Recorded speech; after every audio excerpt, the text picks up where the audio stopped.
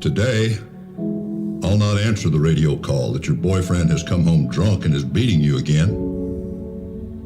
Today, I'll not answer the radio call that your 16-year-old daughter, who is very responsible, is 4 hours late coming home from school. I will not care today that your store has been robbed or your house has been burglarized. Today, I'll not stop a drunk driver from killing someone. Also today, I'll not catch a rapist or a murderer or a car thief. And today, I will not respond to a call that a man has a gun or tried to abduct a child, or that someone has been stabbed or has been in a terrible accident. Today, I'll not save your child that you locked in the car, or the child you were too busy to watch who went outside and fell in the swimming pool. No, today I'll not do these things. Why? Because today I was killed by a drunk driver while I was pushing a disabled car off the highway. Today I was shot and killed doing a routine traffic stop simply to tell someone they had a taillight out. Today I was killed in a traffic accident while rushing to a citizen who was screaming for help. I was shot and killed today, serving a warrant on a known drug dealer. Today I was killed by a man when I went to his home to do a welfare check because his family was too busy. Today I was killed trying to stop a bank robbery or a grocery store robbery. Today I was killed doing my job. A chaplain and an officer will go to a house and tell a family that their son or daughter, or husband or wife or father or mother won't be coming home today. The flags at many police stations will be flown at half-mast today, but most people won't know why. There'll be a funeral. My fellow officers will come.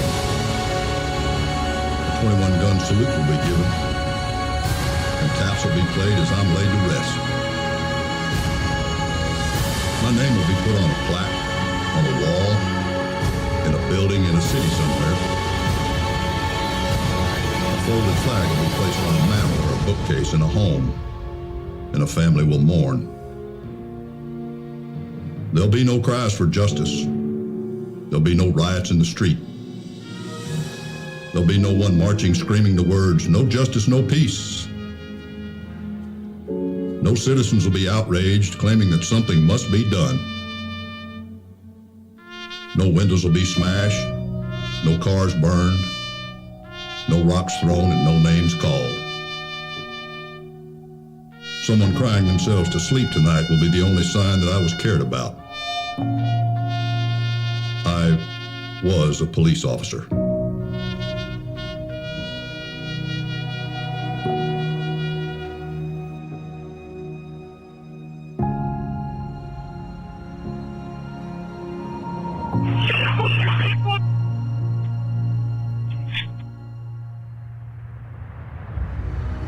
Here's calls 120, 21, 28, code 3, 1035 West Lexington at Home Depot. 118, tell this my family hello. I can't copy. 118, tell my family hello.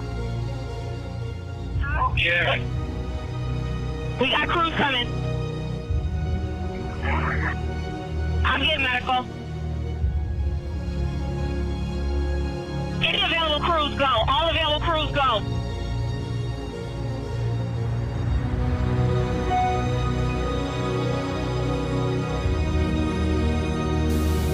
And I take it personally, okay? We're going up there and there's a bunch of cops processing a scene of a dead kid.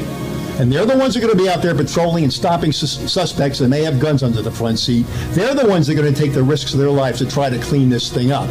All right? We're responsible for the things we get wrong and we take action. We've arrested cops, we've fired cops, and so on. But the fact is that the people out here, some of them, who had the most to say are absolutely MIA when it comes to the true threats facing this community, and it gets a little tiresome, and we start getting yelled at for reading the updates of the kid that got shot. Yeah, you take it personal, okay? Now, no offense, but I'm going up there now.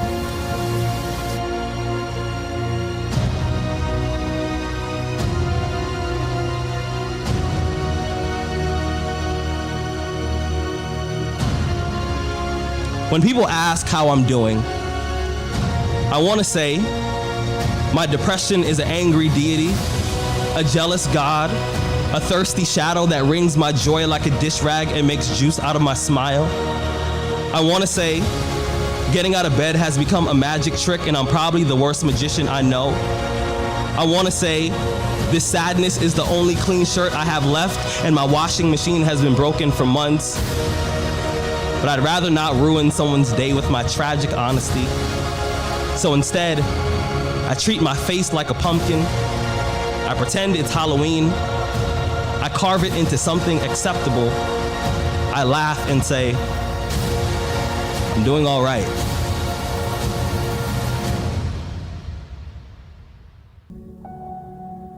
Today, I'll not answer the radio call that your boyfriend has come home drunk and All right. This is the end of watch for February 2024. I know I'm late with it. I apologize. I don't like doing these, as y'all know. So, I know the intro was long, but needs to be some of that stuff needs to be said. So, unfortunately, we had a whole lot more in February than we did January. January was 7, February was 13, so it almost doubled in the amount of law enforcement professionals that lost their lives.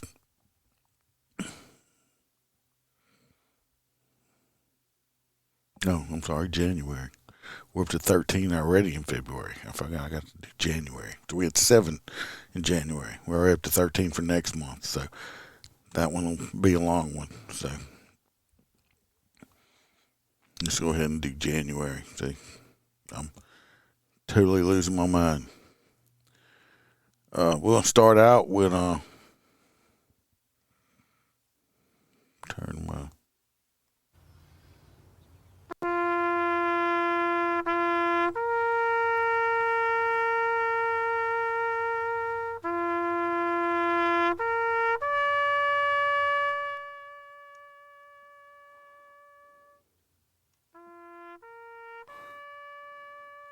Deputy Sheriff Justin Smith, the Stone County Sheriff's Office in Arkansas. The watch was Tuesday, January 2nd. Cause of death was gunfire. Deputy Smith was 60 years old. He had 14 years on the job. He was shot and killed while serving a warrant on Sawmill Road in Mountain View, Arkansas, 4:30 in the afternoon. When Deputy Smith attempted to arrest the subject for terroristic threats, he was shot. The subject was apprehended after a brief standoff and charged with capital murder. He had served with the Sheriff's Office 14 years.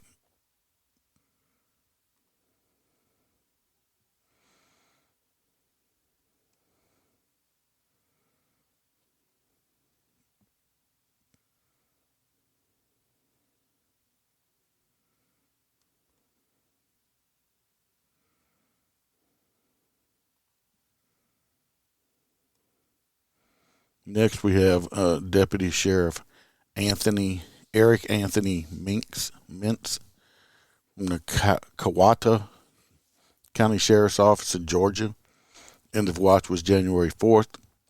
He was struck by a vehicle. He was 31 years old. He had 10 years on the job. Deputy Eric died as a result of being struck by a police car while in a vehicle pursuit in Chambers County, Alabama. The pursuit had started in Georgia before crossing the state line into Alabama on I-85. An officer from Alabama successfully deployed spike strips, which caused the suspect vehicle to come to a stop.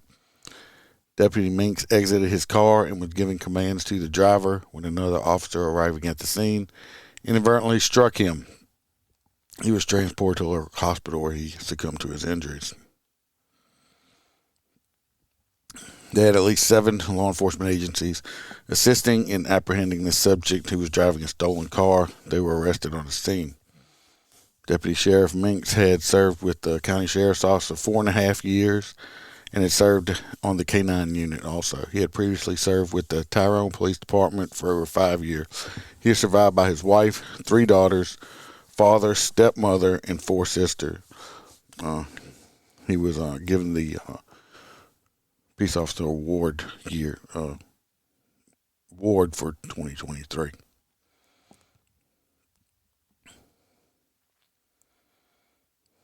We have Deputy Sheriff Jeremy Malone from the Georgia County Sheriff's Office in Mississippi. End of watch was Thursday, January 4th, 2024. He was 44 years old. He had 23 years on the job. Cause of death was gunfire. Deputy Malone was shot and killed during a traffic stop in front of 12298 U.S. Highway 190 about 5:15 in the evening. He was shot as he approached the vehicle. The suspect fled after shooting Deputy Malone and led officers on a pursuit through multiple counties before being shot and killed near Beaumont, Mississippi. Deputy Malone had served in law enforcement for 21 years, serving with the Georgia County Sheriff's Office, and previously served with the Leakesville Police Department, Jackson County Sheriff's Department, Biloxi Police Department, and Greene County Sheriff's Department. He is survived by his wife, 3 daughters, mother, and 2 brothers.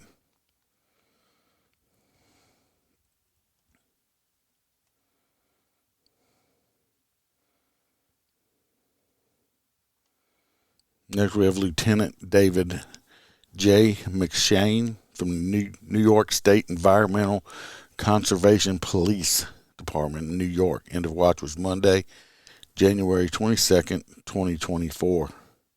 He was 50 years old. He had 23 years on the job. Cause of death was 9/11 related illnesses. Lieutenant McShane died as a result of cancer they developed following his assignment to the search and recovery efforts at the World Trade Center site following the 9/11 terrorist attack. He served the New York State Environmental Conservation Police for 23 years. He is survived by his wife, 3 children, his mother, 3 sisters, and 3 brothers.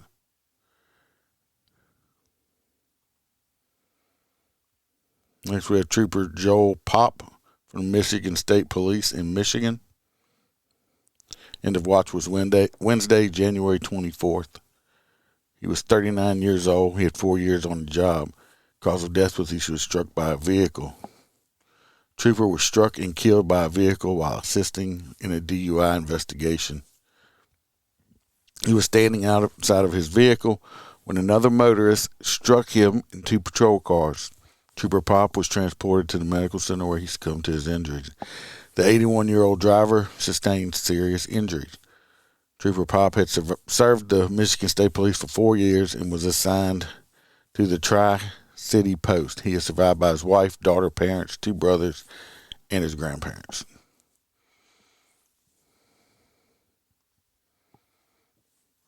We have Sergeant Michael Zen Corenzi from the Elizabeth Police Department in New Jersey. End of watch was Saturday, January 27th. He was 51 years old. He had 20 years on the job. He's a military veteran. He also died from 9/11 related illness. He was on the search and rescue recovery efforts also.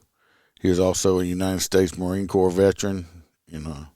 He is survived by his wife, his son, and his daughter.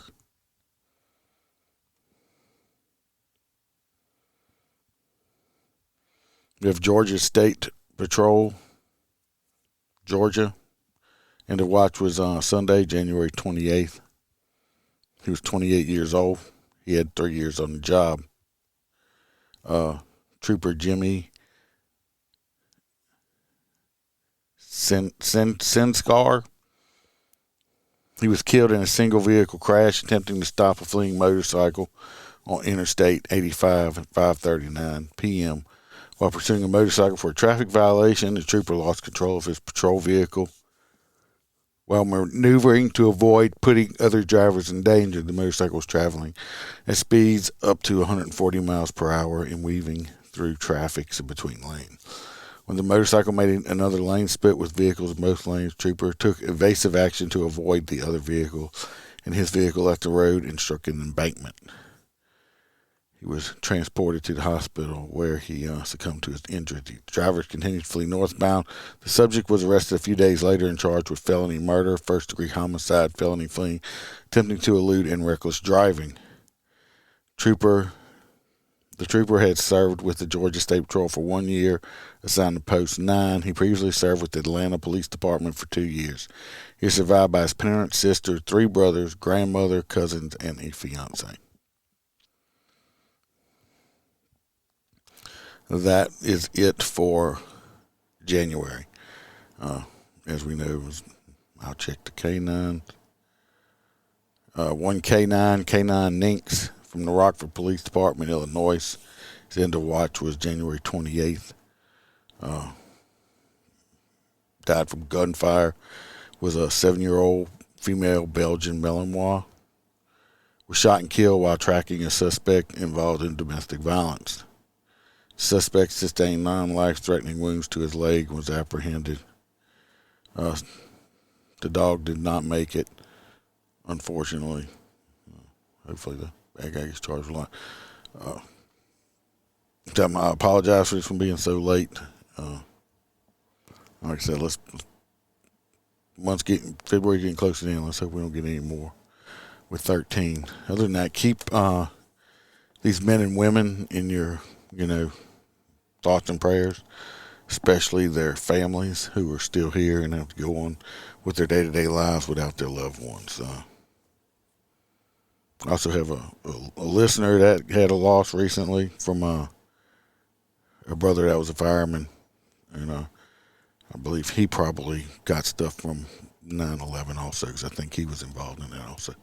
So everybody keep everybody in their minds, hearts and minds in their prayers, and y'all stay safe out there.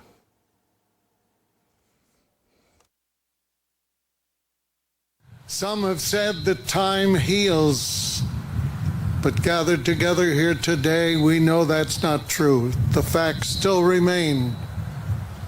The empty chair, the unfulfilled dreams, the pain, the hurt, the loneliness.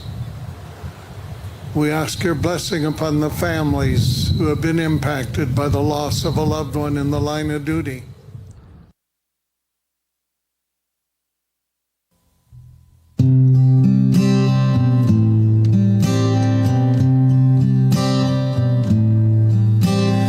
Raise your hand, you took an oath to pledge your life in the words you spoke for people that don't care or even know you.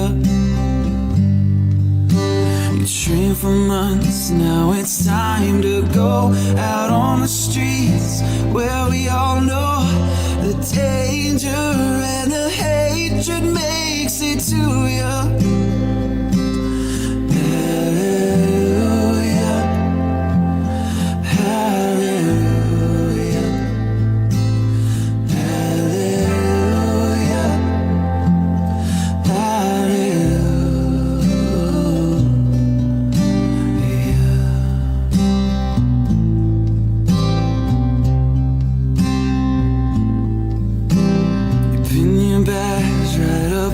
Chest to symbolize duty for the rest, to keep them safe at night when safety fools you. You pulled a man from his burning car, but his child who died has left a scar. You live with that for life, but no one helps you.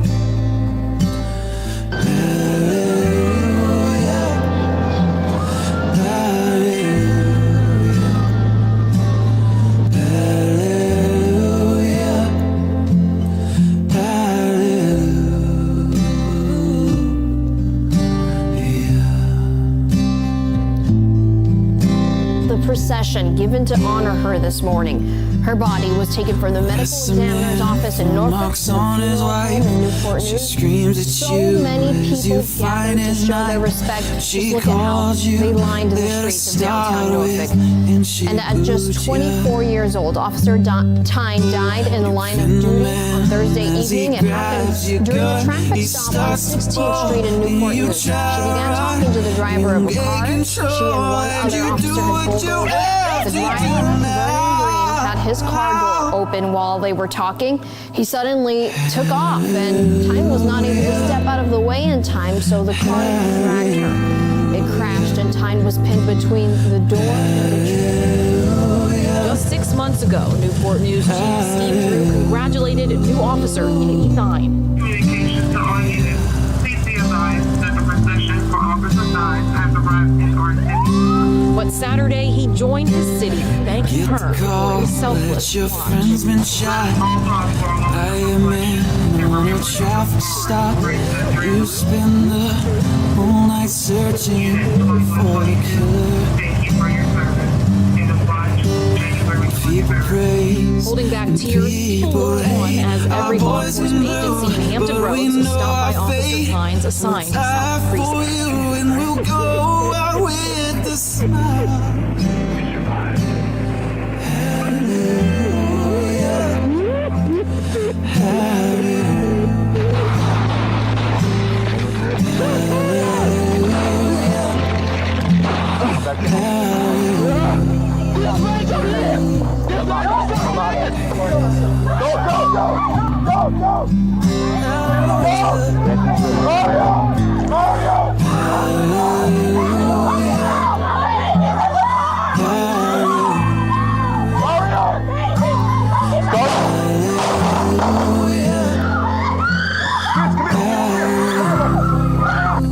Dude, stop! Get your hands up! Come on!